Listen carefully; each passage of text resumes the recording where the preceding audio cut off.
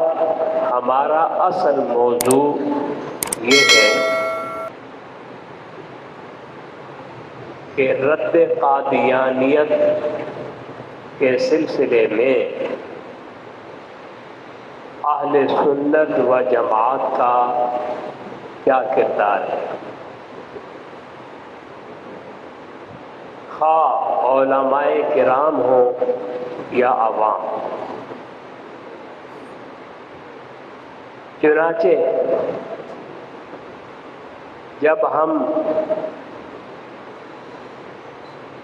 مطالعہ کرتے ہیں اور رد قادیانیت کی تاریخ پر نظر ڈالتے ہیں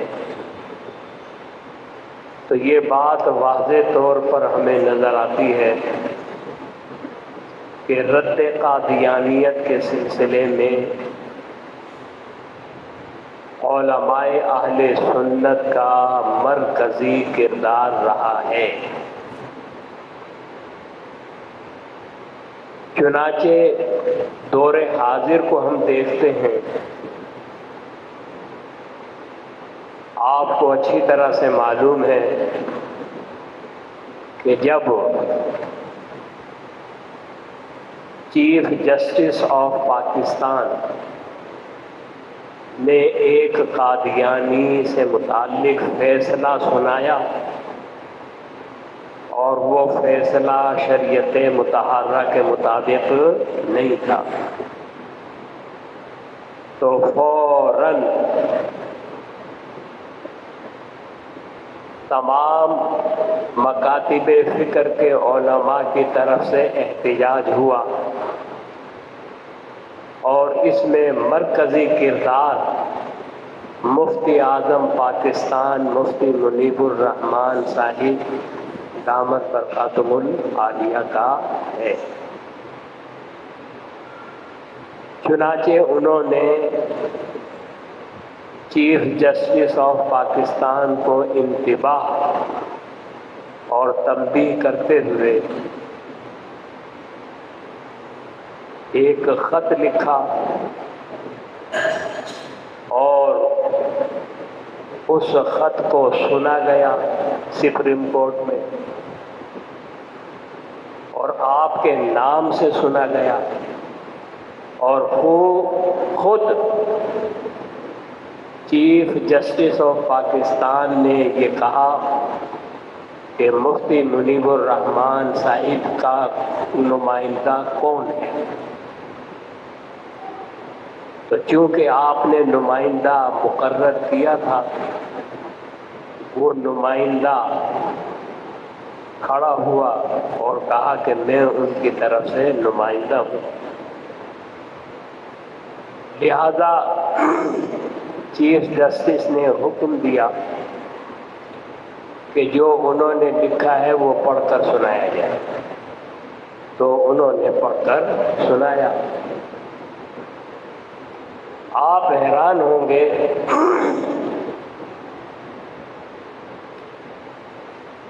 آخری جو فیصلہ ہوا ہے چیف جسٹس آف پاکستان کی طرف سے اور اس کی تحسین علماء نے کی ہے اور خود مفتی اعظم پاکستان دامت برکاتہم العالیہ نے اس فیصلے کی تحسین کی ہے۔ یہ بات مخفی ہے جو میں آپ کے سامنے بیان کر رہا ہوں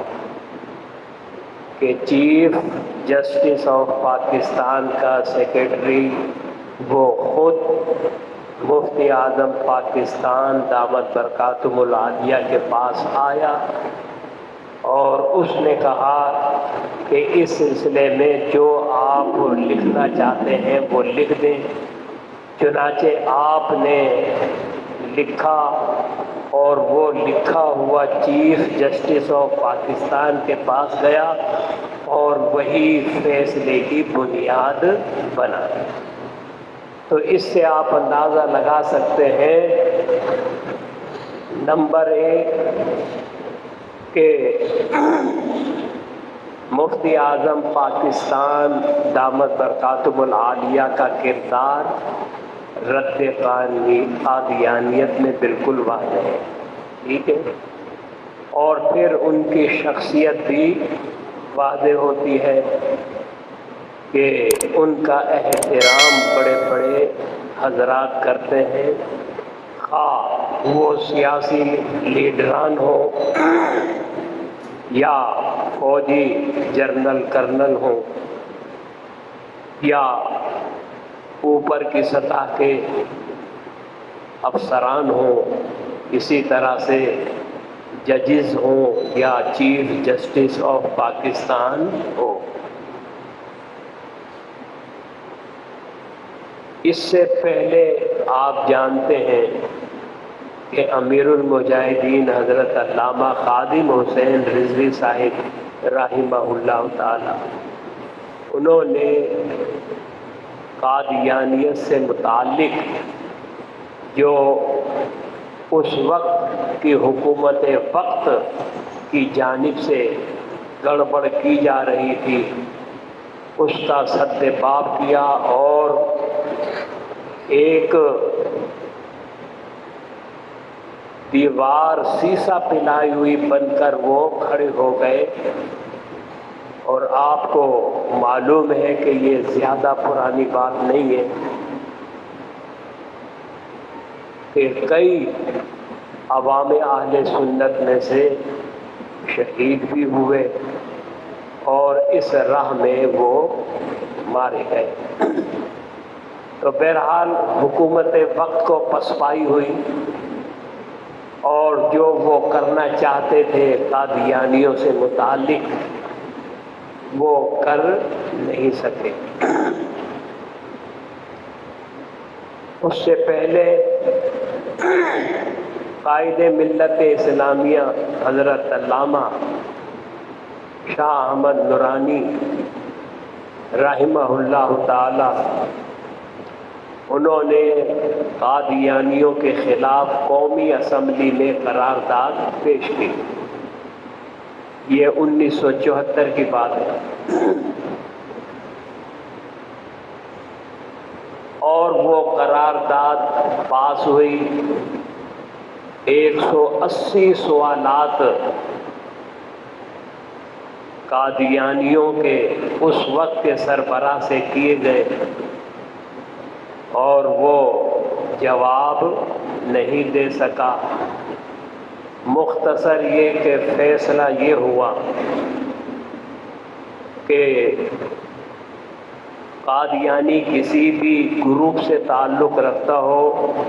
وہ غیر مسلم ہے اور اقلیت میں اس کا شمار ہوتا ہے۔ تو یہ جو فیصلہ ہوا اس کی بنیاد وہ قرارداد ہے جو قائد ملت اسلامیہ علامہ شاہ احمد نورانی صدیقی رحمہ اللہ تعالی نے پیش کی تھی، جس پر اولین جو دستخط ہوئے تھے اس کی تعداد 22 تھی، پھر بعد میں یہ تعداد 37 ہو گئی۔